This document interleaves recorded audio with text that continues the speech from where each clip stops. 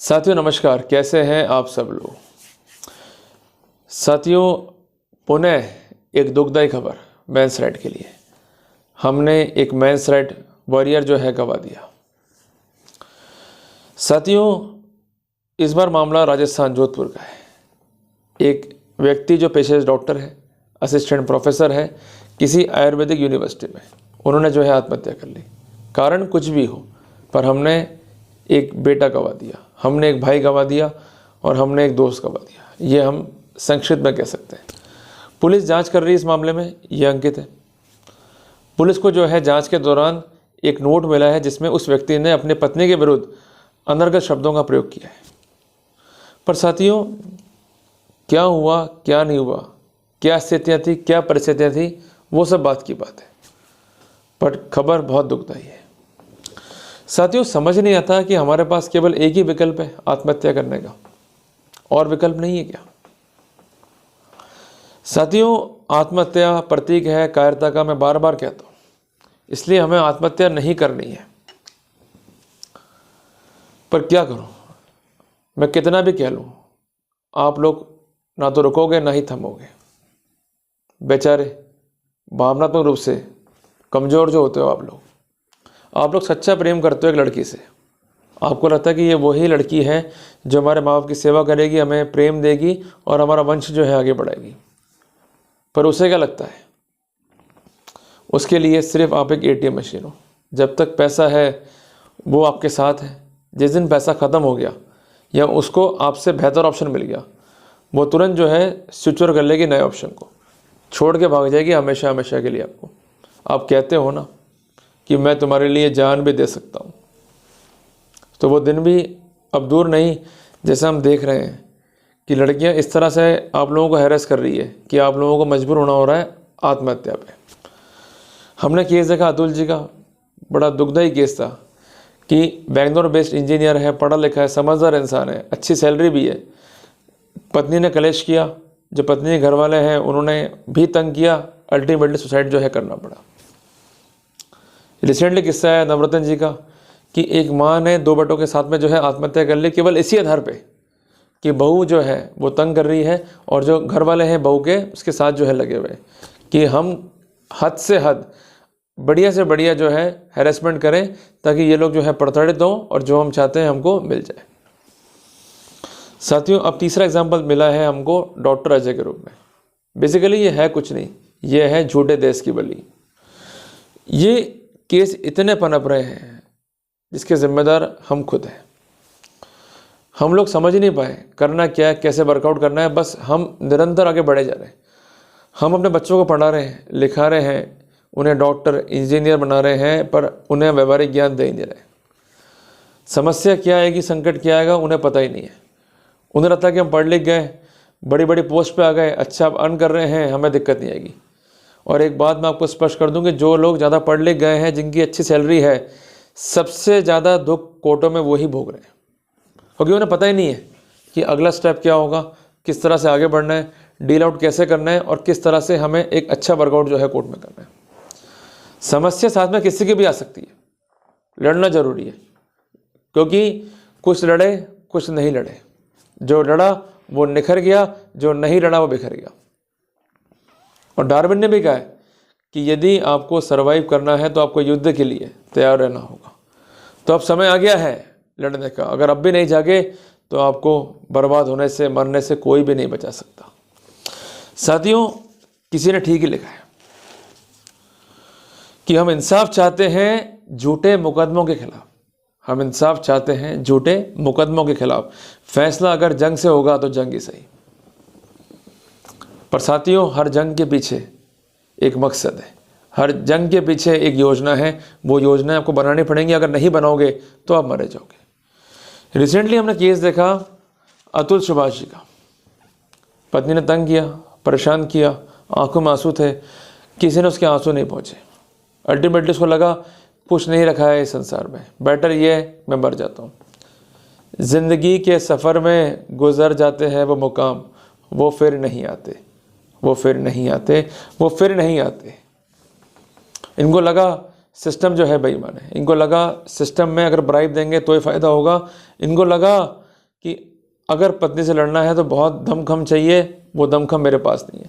इनको लगा कि मेरी फैमिली को इन्वॉल्व कर दिया गया, मेरे भाई तक को इन्वॉल्व कर दिया गया, अब मैं और लड़ा तो ये लोग जो है और हैरेस होंगे, बेटर ये है फांसी खा लो, बेटर ये है सुसाइड कर लो, हम अपने रास्ते वो अपने रास्ते। पर मर के हासिल क्या हुआ? कुछ भी नहीं। आज अब मर गए तो मर गए, पर मरने से पहले मेरे दोस्त जीना सीख ले। और एक बात मैं कहना चाहता हूँ कि जो हो गया उसे सोचा नहीं करते, जो हो गया उसे सोचा नहीं करते, और जो मिल गया उसे खोया नहीं करते मेरे दोस्त। हासिल उन्हें ही होती है सफलता, हासिल उन्हें ही होती है सफलता जो वक्त और हालात पर रोया नहीं करते। तो अब भी सही वक्त है कि अमेंड हो जाओ, अब भी सही वक्त है सुधर जाओ। अगर नहीं सुधरोगे तो ऐसे इंसिडेंट जो है रोज़ ही होंगे, रोज़ जो है आत्महत्या करनी पड़ेगी, और रोज़ जो है मेंस राइट झूलेगा फांसी के फंदों पर। क्लियर है? चाहते हो ख़त्म हो जाए मेंस राइट? नहीं चाहते हो ना, तो इसलिए अब तैयार हो जाओ जंग के लिए, अब सही वक्त आ गया जंग का। साथियों, अतुल सुभाष जी की हत्या के बाद, मैं इसलिए हत्या कह रहा हूँ क्योंकि सिस्टम से वो लड़े, पर अल्टीमेटली सिस्टम से वो हार गए, इसलिए बेसिकली मैं इसको अतुल जी की हत्या ही कहूँगा, आत्महत्या बिल्कुल नहीं कहूँगा। एक ऐसा आदमी जो पढ़ लिख गया, इंजीनियर बन गया, एक अच्छे ओहदे पे आ गया, अच्छी सैलरी बॉर्न कर रहा है, शादी हो गई, और उसके बाद उसको हासिल क्या हुआ? सिर्फ और सिर्फ सुसाइड। कानून है महिला प्रोटेक्शन के लिए, और रिसेंटली BNS भी आया, उम्मीद पूरी थी कि इसमें अमेंडमेंट्स होंगे या कुछ बात जो है पुरुषों के लिए होंगी, बट हमें पूछता ही कौन है? हम है ही क्या? ATM machine. वो है पापा की परियां और हम हैं कुछ भी नहीं। साथियों, एक बात इस देश में बड़ी प्रचलित है कि जवाई जो है भगवान बराबर है, पर इस तरह की जो हत्याएं हो रही हैं जवाइयों की, ऐसा लगता है कि साक्षात भगवान की हत्या सुसा वाले अपने हाथ से कर रहे हैं। करें तो क्या करें? साथियों, डॉक्टर साहब ने आत्महत्या कर ली, परेशानी कुछ भी हो, मीडिया छाप रही है कि उनको मानसिक परेशानी थी, बीबी से उनकी अनबन थी, उनको लगा भाई मौत सही ऑप्शन है, उन्होंने फांसी का फंदा गले में लगाया और अल्टीमेटली उस पर झूल गए और ख़त्म कर ली अपनी जीवन लीला। साथियों, मालूम कैसे पड़ा इस इंसिडेंट के बारे में? बेसिकली ये रहते हैं किराए के मकान पे, जो इनके परिजन थे इनको फ़ोन कर रहे थे, उसके बाद दोस्त जो है कि घर भी पहुंच गए, इनका घर का गेट जो है नहीं खुला, ना इन्होंने जो है फ़ोन उठाया, अल्टीमेटली खिड़की से झाँका गया तो मालूम पड़ा कि इनकी लाश जो है लटक रही है फंदे के ऊपर। पुलिस को इन्फॉर्म किया गया, लाश को उतारा गया और मौके पर हो गई पुलिस कार्रवाई शुरू। ये तो है कानून की फॉर्मेलिटीज़, बट करें तो क्या करें? इनके पास से एक पेपर मिला है जिसमें पत्नी के विरुद्ध अपशब्दों का जो है उपयोग है, इनको क्या क्या मेंटल हैरेसमेंट हुआ उस बारे में जो है लिखा गया है। पर साथियों, कानून कड़ा नहीं है, जिसका फ़ायदा उन लड़की पक्ष को मिलता है जो दुष्ट हैं और जो इनोसेंट मैन को प्रताड़ित करने पे जो है तुले हैं। और हम भी जो है इनको समझ नहीं पाते हैं और अल्टीमेटली शादियाँ लोगों से कर लेते हैं, और फिर जो है हमारा पूरा परिवार हमारे साथ शिकार होता है प्रताड़ना का और हैरेसमेंट का। तो इसलिए थोड़ा सा अब कार्रवाई करनी पड़ेगी, जगना पड़ेगा। अब भी नहीं जागे तो ऐसे स्थितियाँ जो है हमको फेस करनी पड़ेगी। साथियों, कुछ बात जो है मैं आपसे कहना चाहता हूँ, कुछ इंपॉर्टेंट टिप्स हैं। साथियों, 2005 में ऑनरेबल सुप्रीम कोर्ट ने कहा कि भले ही कानून महिला के प्रोटेक्शन के लिए, पर कुछ महिलाएं इसका दुरुपयोग कर रही हैं। इवन ऑनरेबल सुप्रीम कोर्ट ने इसको संज्ञा दी लीगल टेररिज्म की। क्या लड़के जो है हैरेस होने से बच गए? उत्तर नहीं है। लगातार लड़कों का जो है हैरेसमेंट होता रहा। 2009 में अमेंडमेंट आया क्रिमिनल लॉ में, 41A CRPC को जोड़ा गया, पर पुलिस ने इस कानून को इम्प्लीमेंट करने में कोई भी रुचि नहीं दिखाई। लड़के जो है गिरफ्तार होते रहे, परेशान होते रहे। 2013 में एक फैसला आया अरनेश कुमार बनाम स्टेट ऑफ बिहार का। तब सुप्रीम कोर्ट ने कहा कि गिरफ्तार करोगे तो कानूनी कार्रवाई झेलनी पड़ेगी, डिपार्टमेंटल एक्शन फेस करना पड़ेगा। तब भी इनको कोई फ़र्क नहीं पड़ा। जहाँ मर्जी हुई 41A दिया, जहाँ मर्जी नहीं हुई 41A नहीं दिया। बार बार जो है नियम कायदे कानून बनते रहे और मैन जो है झुलसते रहे ऐसे झूठे केसों की आग में। क्योंकि बेसिकली हम लोग लड़ना चाहते हैं पर हमें कोई गाइड नहीं करता। एक बात ध्यान रखिएगा कि जब भी आपकी पत्नी जो है झूठी रिपोर्ट लिखा रही है थाने जाकर, वर्तमान में भी, तो ऐसे सिनेरियो में धारा 35 सब क्लॉज 3 BNSS का आप लाभ प्राप्त करने के अधिकारी हैं। आप लोग जल्दबाजी करते हैं एंटिसिपेटरी मूव करने में या क्वेश्चनिंग मूव करने में। Just prepare your point on the point of section 35 sub clause 3 BNSS। ये मैं इसलिए कर रहा हूँ, ये आपका अधिकार है, साडा हक इत्तेहर हक। साथियों, एक बात विशेष ध्यान रखिएगा कि जो भी मामले हैरेसमेंट के हैं उसमें घटनाक्रम क्या है। अगर स्पेसिफिक नहीं है तो वहाँ पर हम बेनिफिट ले सकते हैं। पुलिस को जो है ज्ञापन सौंपी है उस FIR का। नंबर 3, अगर पुलिस नहीं सुनती है, आपको हैरेस करती है, पद का दुरुपयोग कर रही है, तो वहाँ पर ऑप्शन है सेक्शन 198 BNS का, कार्रवाई तो करनी पड़ेगी अपने को। चौथी बात है कि आप डिपार्टमेंटल एक्शन के लिए भी प्रोसीड कर सकते हैं as per the protocol of CCA and CCS rules. इसके अलावा अगर पुलिस आपको बुलाती है, तंग करती है, हैरेस करती है, पैसे मांगती है, ना घबराएं, ये मामला बनता है प्रिवेंशन ऑफ करप्शन एक्ट का। तुरंत जो है मैटर ACB को रिपोर्ट करें और उस कंडीशन में ACB जो है कार्रवाई करती है और इनका ट्रैप होना जो है निश्चित है। तो कुल मिला के परिस्थितियाँ कानून में अवेलेबल हैं, फ़ायदा जो है हमको उठाना आना चाहिए। अगर आप नहीं उठाएंगे तो कोई भी जो है आपको बचाने नहीं आएगा। ये स्थिति वैसी है कि आप डूब रहे हैं, एक बोट आ गई तो आपने कहा कि भाई बोट तो आ गई पर ईश्वर का है, क्योंकि हेल्प तो हमने ईश्वर से मांगी थी। तो अल्टीमेटली ईश्वर भी आपको यही कहेगा मरने के बाद, वो जो बोट आई थी ना बेटा, वो मैंने ही भेजी थी। तो इसलिए मैं कह रहा हूँ कि अभी आपको मैं एक ऑप्शन दे रहा हूँ कि वर्तमान समय में अगर आप लिटिगेशन फेस कर रहे हैं तो आपको अलर्ट रहना पड़ेगा। अगर आप कोर्ट जा रहे हैं, थाने जा रहे हैं, रिकॉर्डर अपने जेब में रखो। कोई आपसे पैसे मांगता है, रिश्वत की याचना करता है, उसको रिकॉर्ड कर लो और इस मैटर को रिपोर्ट करो एंटी करप्शन को, चाहे वो कोई भी हो, उस पर कानूनी कार्रवाई होगी।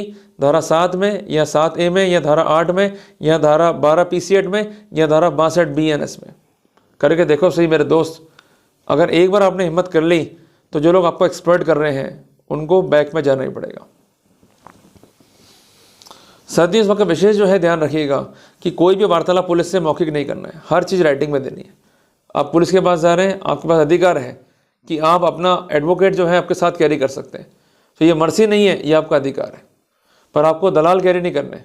आपको एक अच्छा वकील कोर्ट से कैरी करना है जो आपके संवैधानिक और विधिक अधिकारों की रक्षा कर सके। ये मैं इसलिए कह रहा हूँ क्योंकि जो टाउट्स घूमते हैं ये वैसे भी लीगली बैंड है सेक्शन 45A एडवोकेट एक्ट में। तो आपका कंसर्न व्यक्ति जो आपको रिप्रेजेंट कर रहा है, he must be the good advocate, और उसको लीगल नॉलेज होनी चाहिए और वो हर तरीके से आपके अधिकारों की रक्षा करने वाला होना चाहिए। इस बात का जो है विशेष ध्यान रखिएगा। तो साथियों, कुल मिला के बस यही आप लोगों से प्रार्थना है कि आत्महत्या मत करो भाई, डिप्रेशन में मत आओ। और अगर दिमाग काम नहीं कर रहा है, क्या करें क्या नहीं करें, तो कॉमेडी शोज़ हैं, मोटिवेशनल वीडियोज़ हैं, उनको देखो, पर मरना समाधान नहीं है। आप घूमने निकल जाओ। और मैं तो कईयों से कहता भी हूँ कि भाई जब सुप्रीम कोर्ट ने आपको ऑप्शन दे रखा है लिव इन रिलेशनशिप का, तो उसको अवेल क्यों नहीं करते हो? और अगर वो भी अवेल नहीं करना है, घूमियो थाईलैंड, कोई दिक्कत है क्या? तो देखो भाई, जो चीज़ है बॉडी में उसको बाहर तो निकालना ही पड़ेगा। अगर नहीं निकालोगे तो डिप्रेशन आपको ही आएगा। अगर चलो आज हम सेक्स नहीं करते और वाइफ ने जो है हमको डाल दी हैबिट, 2 साल 3 साल तक सेक्स करा दिया, अल्टीमेटली जो है वो हमको छोड़ के भाग गई। ये स्थिति वैसी है कि कोई शिकारी जानवर है, उसके खून में लग गया, उसको सेक्स चाहिए भाई, चाहिए, नीड है उसकी। वाइफ कह रही भाई मेरी इच्छा जो है फुलफिल करो और जो मैं कहती हूँ वैसा करो, अदरवाइज बैठे रहो और मैं केस कर दूंगी, तलाक दूंगी नहीं, और आपको रहती परेशानी। भाई जब भी आपको मन करे, ऑप्शन अवेलेबल है मार्केट में, अवेल दैट। अच्छा मन कर रहा है, गो टू थाईलैंड, फॉरगेट जाओ, आराम से ऐश करो, कोई ट्रबल ही नहीं है। अब कई लोग तो रोते रहेंगे भाई ऐसा होता नहीं है, ऐसा होता है क्या, तो फिर मरो जाके। और बेटर है कि गोवा घूम के आओ, ऑप्शन बहुत है, गोवा में जाओ, आराम से ऐश करो। पर जाना तो पड़ेगा ना भाई, जाओगे तो आप ही, शरीर तो आपका है, शरीर मेरा थोड़ी ना है। मैं तो केवल आपको लीगली गाइड कर सकता हूँ कि ये चीज़ें अपराध नहीं है, अगर आप एंजॉय कर लो। क्लियर है बात ये। और मैंने आजकल देखा है भाई कि जो लोग इन चीज़ों को अवेल कर रहे हैं और अपने आप को ये लोग अपडेट कर रहे हैं, वो लोग कम दुखी हैं डिस्पाइट ऑफ दोज पीपल जो घर बैठे में दिन भर बुराइयाँ कर रहे हैं, चिक चिक कर रहे हैं, अरे पता नहीं कहाँ भाग गई, मेरे को छोड़ के भाग गई और इसने ऐसा कर दिया, मुझे वैसा कर दिया। भाई देखो कितनी बुराइयाँ आप लोग कर लो, कुछ नहीं होगा, डिप्रेशन आपको ही आएगा। आपकी बॉडी को रात को चाहिए फिजिकल नीड को पूरा करने का संसाधन। क्लियर है, सर्दियाँ भी हैं, क्लियर है, तो जाओ फटाफट निकलो, अपने नीड्स को पूरा करो। नहीं करोगे तो फिर वही स्थिति होगी। क्लियर है। और बार बार फिर ये होगा कि फला फला ने आत्महत्या कर ली, उसने ऐसा कर लिया, उसने ऐसा कर लिया। तो इसलिए डिप्रेशन तब दूर होगा भाई जब अंदर से कुछ ना कुछ निकलेगा। तो निकलो, जाओ, तुरंत निकलो। और आखिरी बात ये है कि सुसाइड करने से पहले सारे प्रयास करो। और किसी ने ठीक लिखा भी है और ये बात सही भी है कि हार मानने से पहले एक बार फिर प्रयास करके देखो, हो सकता है कि प्रयास सफल हो जाए। भाई आपके पास 100 चाबियाँ हैं एक ताले की, आप लगाए जा रहे हो, ताला खुल नहीं रहा है, पर आखिरी चाबी तक ट्राई करना है आपको, हो सकता है कि आखिरी चाबी वो ताला खोल दे। क्लियर है बात ये? तो इसलिए भाई जब आपके पास स्थितियां हैं, परिस्थितियां हैं और आप स्थितियों को वर्कआउट कर सकते हो, तो फिर काहे घबराना। पढ़े लिखे होना, समझदार होना, तो फिर क्यों नेगेटिवेट होते हो। तो इसलिए चीज़ों को अच्छा करो, चीज़ों को हेल्दी बनाओ, लाइफ को अच्छा बनाओ। अब हम लोग सुबह क्या करेंगे, सुबह उठते ही सबसे पहले हमें करना है एक्सरसाइज। क्लियर है? उसके बाद हम लोग करेंगे हनुमान चालीसा, अगर पॉसिबल है तो। और ये आडंबर ढोंगी लोग होते हैं कि ना के करो और ये करो, कुछ लोग हैं इस संसार में जो ये बकवास करते हैं। मैं ये बकवासों में बिलीव नहीं करता हूँ। भगवान हमारे साथ सर्वथा मौजूद है, उसे याद करने की देरी है। क्लियर है? और धीरे धीरे पढ़ो, उसको याद रखो, मज़ा खूब आएगा, जुड़ जाओगे उससे। फिर आप स्नान करो, तैयार हो जाओ अपने दफ्तर के लिए या जहाँ भी जा रहे हो काम काज पे। उसके बाद फिर से हनुमान चालीसा पढ़ो, बहुत अच्छा लगेगा आपको।